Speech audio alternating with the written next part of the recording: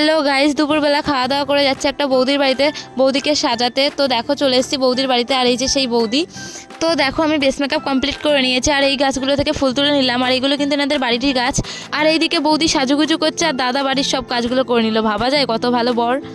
তো দেখো আমি কিন্তু আমার মেকআপ পুরো কমপ্লিট করে ফেলেছি, আর এইদিকে আমার বোন জুয়েলারিগুলো সব পরাচ্ছিল।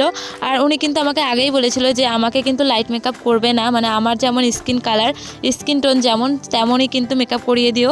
তো আমি কিন্তু ওরকমই মেকআপটা করার চেষ্টা করেছি, কেমন হয়েছে কমেন্ট করে জানিও। এইদিকে আবার ওই কানেরগুলোর গুজি পাচ্ছিল না, তাই অন্য কানেরের গুজি এনে লাগাতে হলো।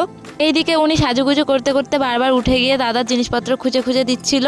এরপর আমরা বাইরে এসে দেখি যে ওনার বাড়ির পাশের কয়েকজন ওনাকে দেখতে এসেছে, আমি ওনাকে কেমন সাজিয়েছি। আর আমি এখানে একটা ভিডিও বানিয়ে নিয়েছিলাম ওনার, আর ওনাকে আমি কেমন সাজিয়েছি সেটা কমেন্ট করে বলতে ভুলো না কিন্তু। আর এরকম মিনি ব্লগ দেখতে ভালো লাগলে আমার চ্যানেলটা সাবস্ক্রাইব করে দিও।